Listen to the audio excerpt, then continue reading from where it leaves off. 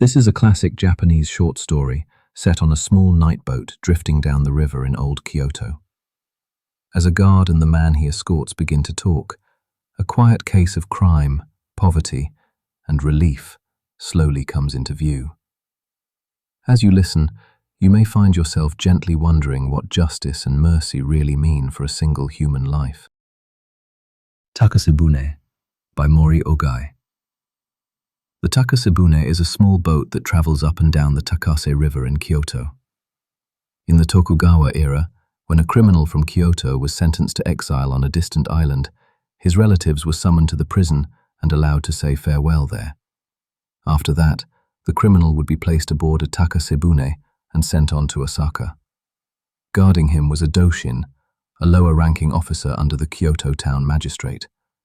By custom, this doshin would permit one leading member of the prisoner's family to ride on the same boat as far as Osaka. This was not a privilege formally reported to superiors. It was something overlooked, tacitly allowed. Of course, those sentenced to remote exile were people judged to have committed serious crimes, but they were not, for the most part, brutal types who killed and set fires simply in order to steal. More than half of the prisoners who rode the Takase Boat were people who had, so to speak, lost their way and committed offences they had never really intended. To give a common example, there might be a man who had plotted a lover's double suicide, a so-called mutual death, killed the woman, and yet survived alone. Loaded with such prisoners, the Takase Boat would push off around the time when the evening bell was heard, gliding eastward between the darkened houses of Kyoto on both banks, then crossing the Kamo River and going downstream. Aboard that boat, the prisoner and his relative would talk through the night about their lives, repeating again and again words of regret that could never change what had been done. Listening beside them, the escorting doshin came to know in detail the wretched circumstances of the families from which these criminals had come. These were circumstances that officials who only heard formal testimony in the town magistrate's court or read written statements at their desks could not have imagined even in their dreams. Among the doshin, as among all men, there were many temperaments. Some found such occasions merely troublesome and would gladly have covered their ears. Others quietly took these people's sorrows upon themselves, hiding it because of their position, yet feeling a muted pain in their hearts without a word. And when, by chance, a particularly soft-hearted, tearful doshin was assigned to escort a prisoner and family plunged into deep misery, he could not always hold back tears that escaped him unawares.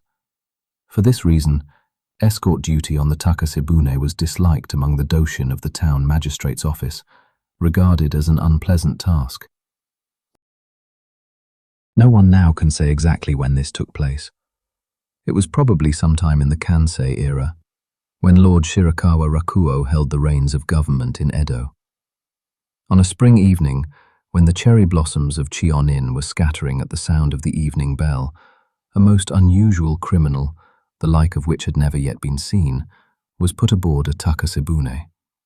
His name was Kisuke, a man of about 30 years with no fixed place of residence. Naturally, he had no relatives of the sort who might be summoned to the prison to bid him farewell, so he boarded the boat entirely alone. The doshin Haneda Shobei, ordered to escort him and to ride on the same boat, had been told only one thing about Kisuke, that he was a criminal condemned for killing his younger brother. Yet, on the way from the prison compound down to the landing, Shobei watched this thin, pale-faced man closely and saw that he behaved with the utmost submission and quiet, showing respect to Shobei as an official of the shogunate and taking care not to oppose him in anything.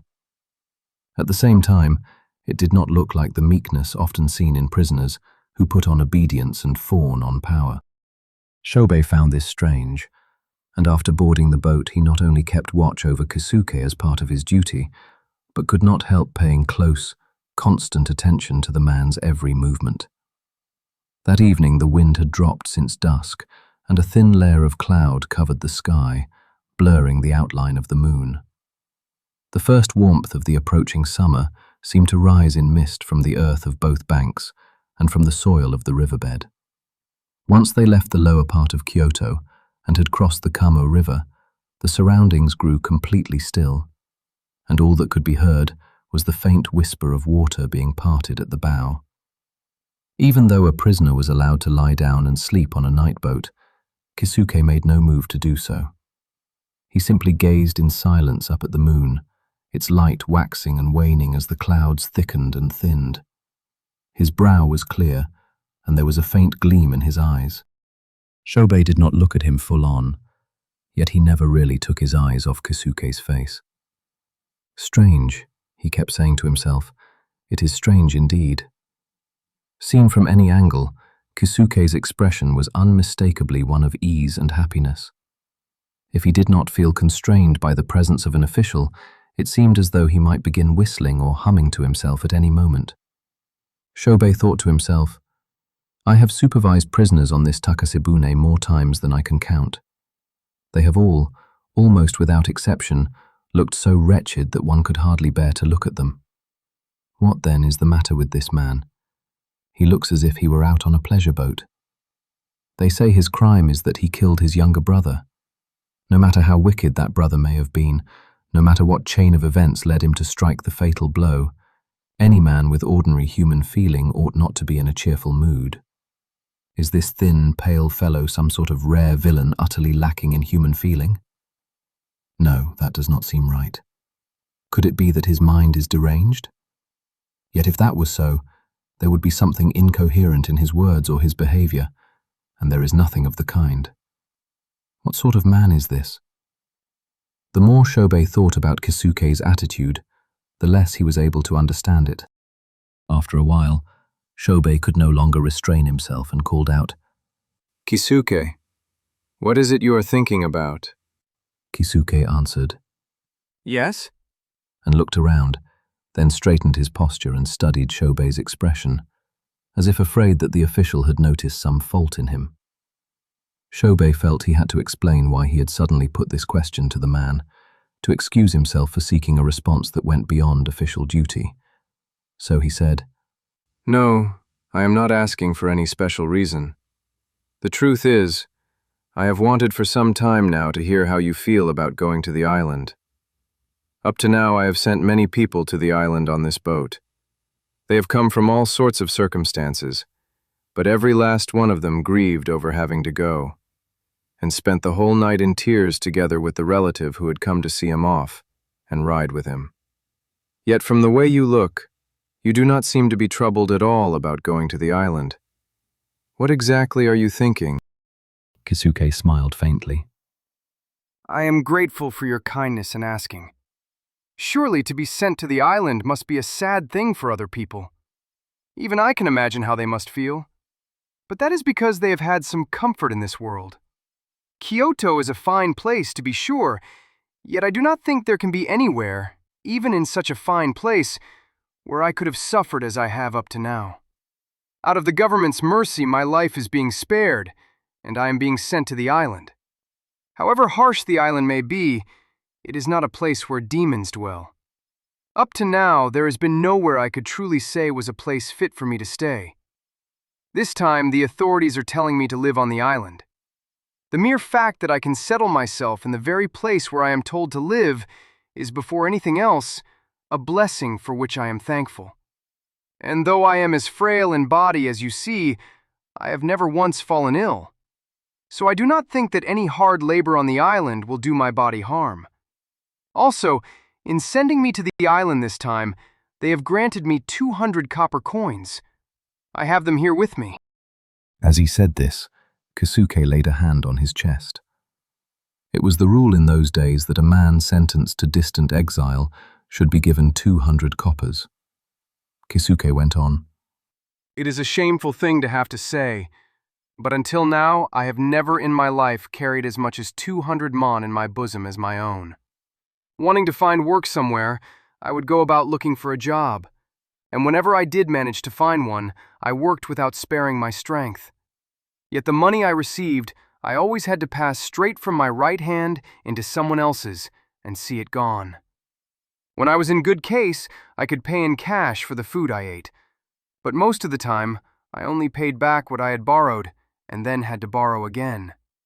Once I was put in prison, I was fed without doing any work at all. Even that alone has made me feel as though I am already in debt to the government. And then, when I left the prison, they gave me these 200 mon. Since I still go on eating what the authorities provide, I am able to keep these 200 mon without spending them. To have money that I can truly call my own and carry on my person, this is the first time in my life. Until I reach the island, I do not know what work I may be given, but I am looking forward to using these 200 mon as the seed money for whatever work I do there. With this, Kasuke fell silent. I see, Said Shobei, but each thing he heard was so far from what he had expected that he too lapsed into silence, lost in thought. Shobei himself was of an age to be called middle-aged, with a wife who had already borne him 4 children. His aged mother was still alive as well, so there were 7 mouths in the household. By nature he led a frugal life that others called stingy. Aside from the clothes he wore for duty, he kept nothing but a nightrobe. Unfortunately, however, he had taken as his wife a woman from a well-to-do merchant family. She had every intention of managing on her husband's stipend rice, yet, having been pampered in a prosperous home, she could not tighten the household purse strings to the degree that would satisfy him. It would often happen that by the end of the month the accounts did not balance. Then, without telling him, she would bring money from her parents' house to make up the shortfall, because her husband hated debt as much as he would a hairy caterpillar. Such things cannot in the end be kept from a husband. Since even receiving gifts from his wife's family on the 5 seasonal festivals, or having them send clothes for the children on their Shichi-go-san celebrations, weighed on his conscience. Whenever he realized that they had actually been filling the gaps in his expenses, he could not look pleased. The occasional storms that broke the otherwise peaceful life of the Haneda household had their cause in this. Hearing Kasuke's story, Shobei now began to compare the man's circumstances with his own. Kasuke had said that even when he worked and received wages, the money passed straight from his right hand into another's and was gone. A truly pitiable state of affairs. Yet, turning back to look at his own situation, how great really was the difference between them. He too did nothing more than take the stipend rice given him from above and pass it along to others in order to live. The difference between the two of them, he thought, was merely a matter of a different place on the abacus. He himself did not possess savings even equivalent to the 200 mon that Kasuke so gratefully treasured. If he adjusted for that difference in scale, it was hardly strange that Kasuke should regard even 200 copper coins as savings and rejoice in them. That feeling, at least, he could understand. What remained strange, no matter how much he allowed for the difference in scale, was Kasuke's lack of greed, his knowing what it meant to have enough. Kasuke had struggled simply to find work in this world. Once he did, he worked without stint, and was content merely to scrape together enough to keep body and soul together.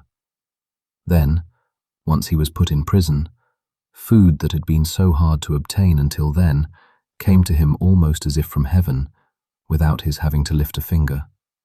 And he felt a satisfaction he had never known in his life. However much he might allow for the difference in scale, Shobei now saw that here there was a great gulf between the man and himself. On his stipend, he managed somehow to keep his household going. At times it came up short, but for the most part, his income and expenses balanced. It was a hand-to-mouth existence, yet he had hardly ever felt any sense of satisfaction in it. He passed his days feeling neither fortunate nor unfortunate. Deep in his heart, though, there always lurked an anxious doubt. What if, living like this, he were suddenly dismissed from his post? What if he, or someone in the family, should fall seriously ill? When he discovered, as he occasionally did, that his wife had filled a gap in the accounts with money from her parents' home, that anxiety would raise its head above the threshold of consciousness. How had such a gulf come to be? One might simply look at the surface and say it was because Kasuke had no dependents, whereas he did, and leave it at that. But that, Shobei felt, would be mere talk. Even if he were a single man with no family, he could not imagine himself ever feeling as Kasuke did. The root of the difference, he thought, must lie deeper. Vaguely, Shobei began to ponder the course of a human life. When a man is ill, he thinks, if only I did not have this sickness. When he has nothing to eat from day to day, he thinks, if only I could somehow feed myself. When he has no savings for an emergency, he thinks, if only I had a little put by. And if he does have savings, he thinks, if only they were a little more. Thinking in this way, always from one if only to the next, one can never tell at what point a man will stop. And now, right before his eyes, Kasuke was showing him that very stopping point. So Shobei realized. Once again he gazed at Kasuke with eyes wide in amazement. At that moment it seemed to Shobei as though a faint radiance was shining out from the head of the man who sat there looking up at the sky. Kisuke-san. This time he added the honorific san, though it was not that he had consciously decided to change the way he addressed him. The moment the word left his own mouth and reached his own ears, Shobei realized how unfitting that form of address was. Yet now that it had been spoken, there was no taking it back. Kisuke, who answered, Yes? also seemed puzzled at being addressed with san, and timidly peered up at Shobei's expression. Overcoming a slight feeling of awkwardness, Shobei said, I have asked you about various things, but I am told that the reason you are being sent to the island this time is that you took a man's life. Since we are here, will you not tell me how that came about? Kisuke, looking deeply abashed, said, As you wish. and began to speak in a low voice. It was a dreadful error of judgment, and I did something terrible, so that I hardly know how to speak of it. When I think it over afterward, I cannot understand myself how I could have done such a thing. I acted as if in a daze. When I was small, both of my parents died in an epidemic, and only my younger brother and I were left behind. At first, the people of the neighborhood took pity on us, as one might on a puppy born under the eaves, and they gave us alms, so that by running errands from house to house, we were able to grow up without starving or freezing. As we gradually grew older and began to look for work, we tried as far as possible not to be separated, staying together and helping one another at whatever jobs we could find. It happened last autumn. My brother and I found work together in a weaving shop in Nishijin, doing what they call sky pulling. Before long, my brother fell ill and could no longer work.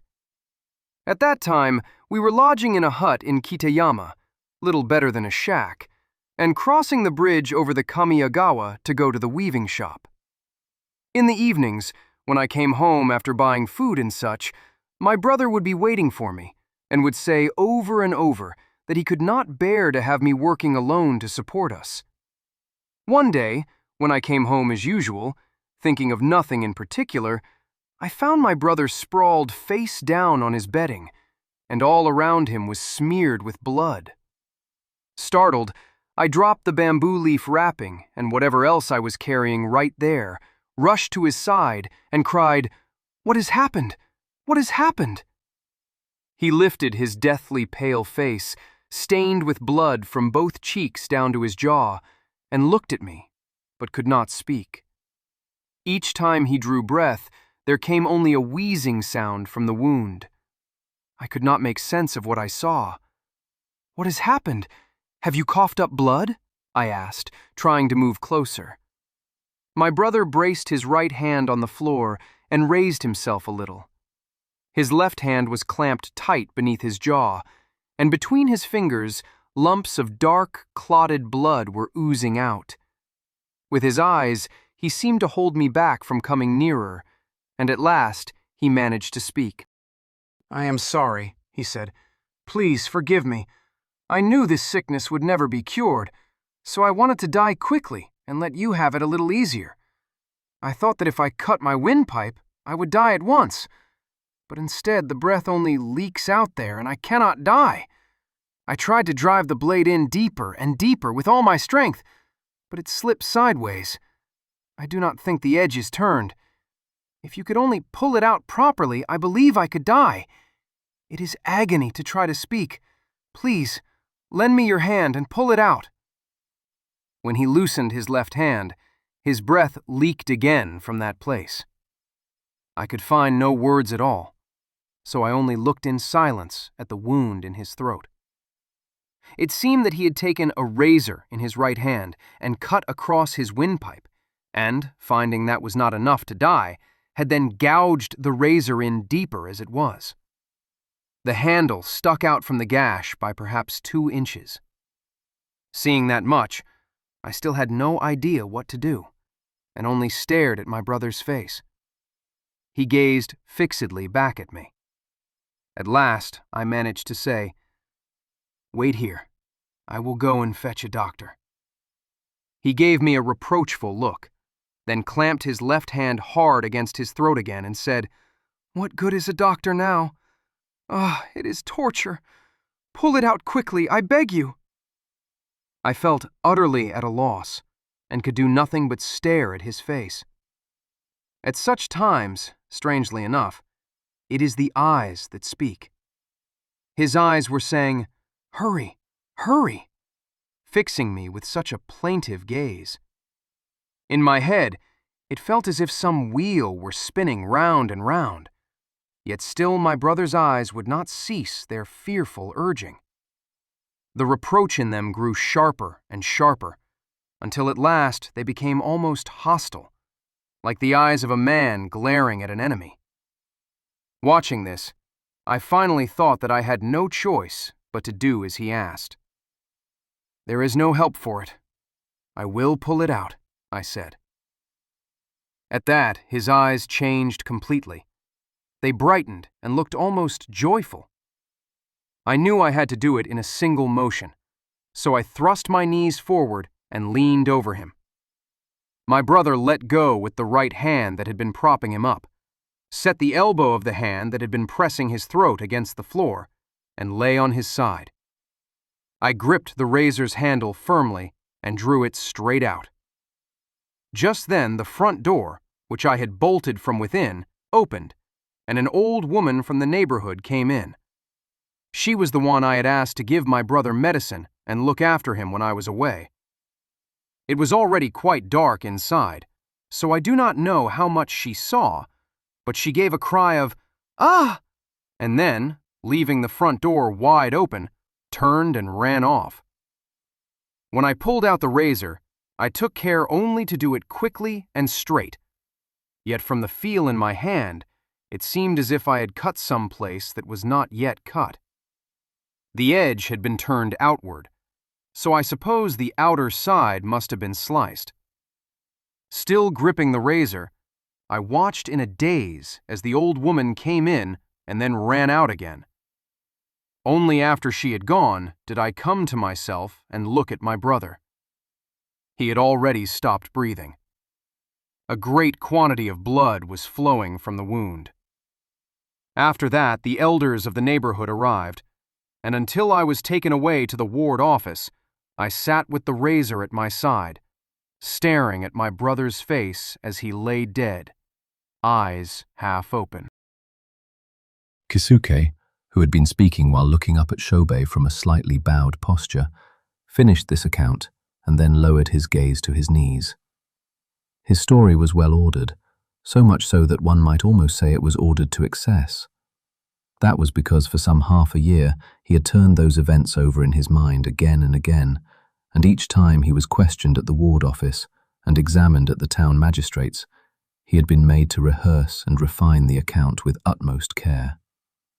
Listening, Shobei felt as if he saw the scene itself before his eyes.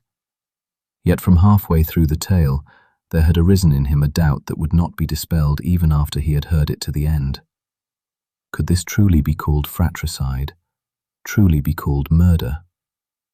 The brother had said that if the razor were pulled out, he would be able to die, and had begged that it be pulled out. One might say that by pulling it and letting him die, Kisuke had killed him.